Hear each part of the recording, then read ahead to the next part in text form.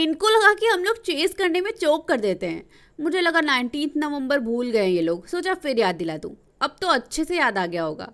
इन लोगों को लगा कि पिच स्लो है। ये लोग ना 19 नवंबर को पिच पढ़ पाए थे और ना ही आज। एक तो ये नीली जर्सी मेरे सामने मत लाओ, मुझे कुछ होने लगता है। लेकिन इन लोगों को पता नहीं नीले रंग से क्या प्यार है, आधे से ज्यादा टीम्स की जर्सी नीली ही रखी हुई है। ठीक है फिर, मेरा क्या नुकसान, मैं तो मारूंगा। राहुल भैया देखिए, अगर आपको नहीं खेलना है तो आप आउट हो जाया करिए, लेकिन जो ये आपने एक एक चीज कल 19 नवंबर की हमें याद दिलाइए ना, ये मत किया करिए प्लीज। 33 बॉल में 29 रन। लगता है आपने डिफेंस मिनिस्टर वाली रील कुछ ज्यादा सीरियसली ले ली।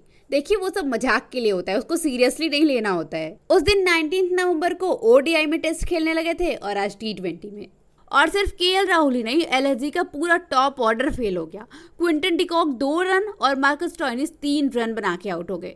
कृणाल पांड्या भी 21 बॉल में 24 रन बनाए, लेकिन फिर वो रन आउट हो गए। और इसके बाद एलएसजी की थोड़ी इज्जत निकोलस पूरन और आयुष बदौनी ने बचाई।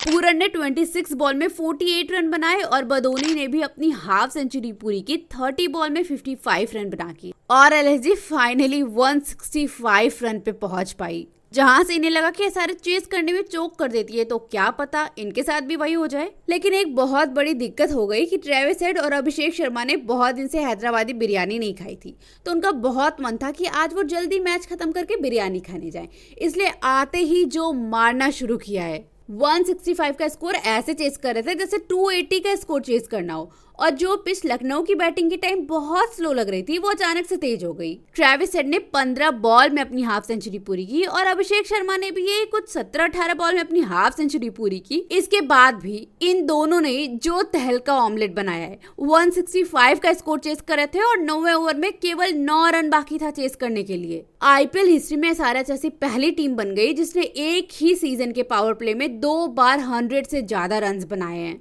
इसके बाद क्या, 19.4 ओवर में ये रन चेस हो गया और एक भी विकेट नहीं गिरा। ट्रेविस हेड 30 में 89 रन बनाए और अभिषेक शर्मा ने 28 में 75 रन। और एसआरएच ने हिस्ट्री का सबसे तेज रन चेस कर लिया, 62 बॉल रहते 10 विकेट से जीत गई। और देखो, सबसे तेज रन चेस की तो बात होगी, लेकिन इंपॉर्टेंट ये भी है कि हम भुवनेश्वर कुमार की इतनी अच्छी बॉलिंग परफॉर्मेंस की भी बात करें। 4 ओवर में केवल 12 रन दिए, 2 विकेट और 3 का इकोनॉमी रेट। स्पीचलेस, क्या बोले कोई इस पे। एंड ऑल्सो शहबाज अहमद ने भी अपने 4 ओवर तो पूरे नहीं किए, लेकिन फिर भी उन्होंने 2 ओवर में केवल 9 रन दिए।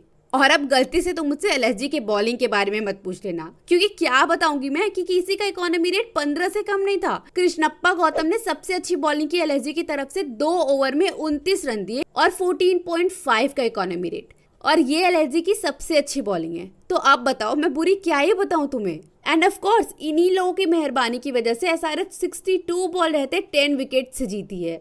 और अब इतनी बड़ी जीत की वजह से वो पॉइंट्स टेबल पे तीसरे नंबर पे पहुंच गई है और एमआई अब ऑफिशियली प्लेऑफ्स के रेस से बाहर हो गई है। और अब इससे ज्यादा क्या ही बात करूं मैं इस मैच के बारे में। फर्स्ट इनिंग बोरिंग ही चल रही थी और सेकेंड इनिंग्स 10 ओवर भी पूरा मैच नहीं चला।